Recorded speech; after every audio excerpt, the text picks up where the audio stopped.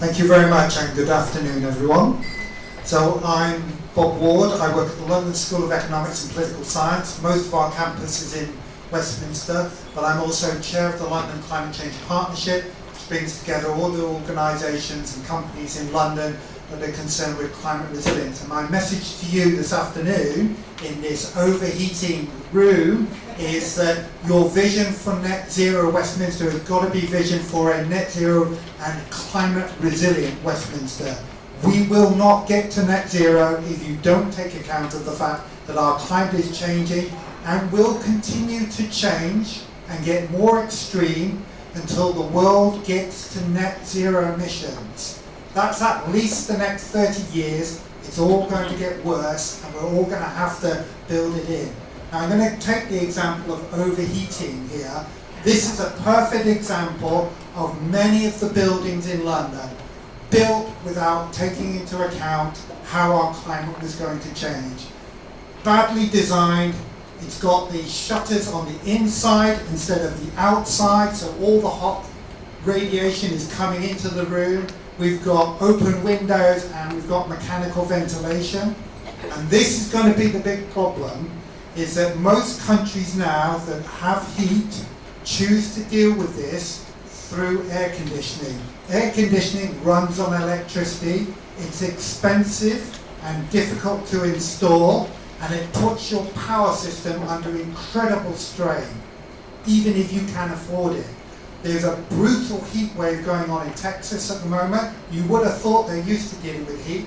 No, their power system is collapsing. Most of their population is dealing with blackouts. They can't even run their air conditioning because the amount of demand for electricity has overwhelmed its power system. Last summer, when it got over 40 degrees in many parts of Britain, our power system started to experience the same problems. They had to put coal-fired power stations on standby to provide electricity. So you have to build your buildings in particular to withstand the climate that we've got, not just now, but how it's going to change over the lifetime of your building. Now fortunately, the Mayor of London has been ahead of the curve.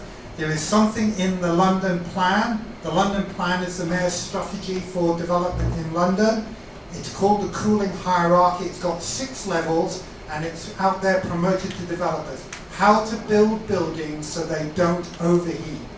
It starts off by stopping the heat from getting into the building.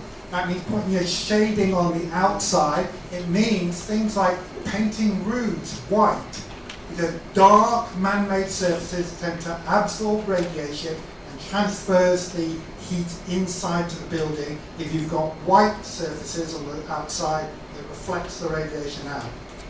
Air conditioning doesn't get rid of heat. All it does is move it. It moves it from inside to outside. So you might be nice and cool inside, you'll find that outside is even worse on the streets.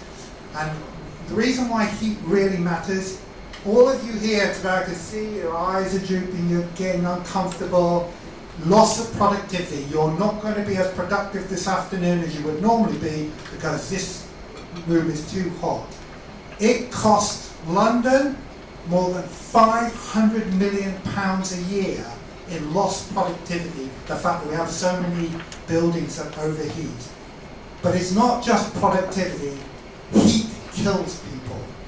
We had more than 400 deaths across London last summer during heat wave periods. Almost 3,000 deaths across the country. And I'm afraid this weekend we've got temperatures over 30 degrees outside here. Lots of people are going to die in London today, I'm afraid, because they're going to die in overheating buildings because we don't design our buildings properly. So you have to make your vision one of net zero Westminster, but it's got to be climate resilient because we won't get to net zero and we certainly won't have lives that we can flourish in. Thank you very much.